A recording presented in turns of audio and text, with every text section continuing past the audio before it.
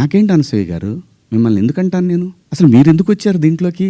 నేను మిమ్మల్ని ఏమన్నా అన్నానండి? నేను అన్నాను, అమ్మా బయట నుంచి వచ్చిన హీరోయిన్లు కానీ మన హీరోయిన్లు, ఎగ్జాక్ట్ వర్డ్స్, హీరోయిన్లు కాస్త ఫంక్షన్లకు వెళ్ళేటప్పుడు కొంచెం మంచి బట్టలు వేసుకుని వెళ్ళడము, మనకి ఎందుకు ఈ దరిద్రం బయట, వాళ్ళందరూ ఎగబడతారు. నిన్న మనం అక్కడ చూసాం కదా, మనం కొత్తగా చూపించేది ఏదైనా తర్వాత ఒక పదం వాడాను, విచ్ ఈస్ రెడిక్యులస్. ఇంతకు మించి నేను ఏ తప్పు చేయలేదు, చేస్తే క్షమాపణ చెప్పడానికి వెనకాడను.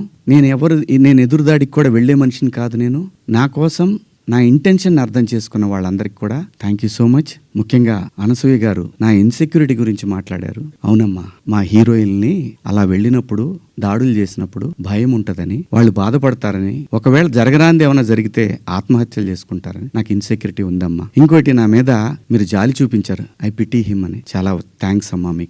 మీకు ఇచ్చిన విశాల హృదయానికి భగవంతుడికి థ్యాంక్స్ చెప్తూ అదే భగవంతుడిని కోరుకుంటున్నాను. మీకు తొందరలోనే మీ రుణాన్ని తీర్చుకునే అవకాశం భగవంతుడు నాకు కల్పించాలని కోరుకుంటున్నాను.